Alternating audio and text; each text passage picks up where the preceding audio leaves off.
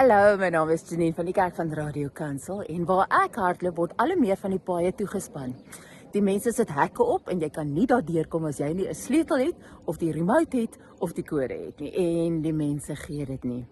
So dan beteken dit ek moet 2 ekstra blokke omhol om te kom waar ek wil kom. Die pad is daar, maar ek kan nie by hom uitkom nie. So Johannes 8 vers 12 sê, dit is nou Jesus wat praat, hy sê, ek is die lig van die wêreld. Hy wat my volg, sal verseker nie struikel nie, want hy sal die lig van die wêreld hê.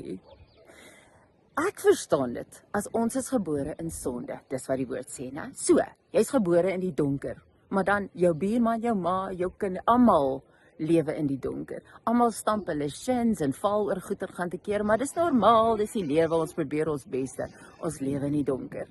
Dan kom Jesus en sê, ek is die lig van die wêreld. Hy's letterlik 'n flits.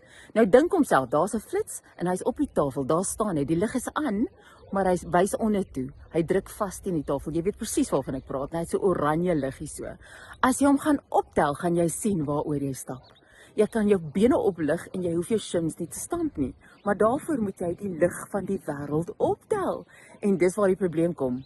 Ons is ons eie access control. Ons het 4, 5, 6 Bybels in die huis. En dis grand Bybels. Dis nie meer daai swart Bybels met die groen kant of die rooi kant so om nie. Ons Bybels is om so goud buite om.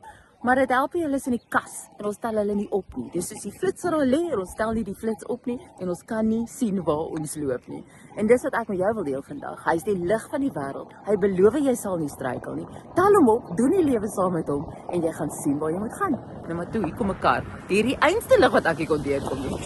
Ek gaan hom volgens hom hardloop. Sien jou.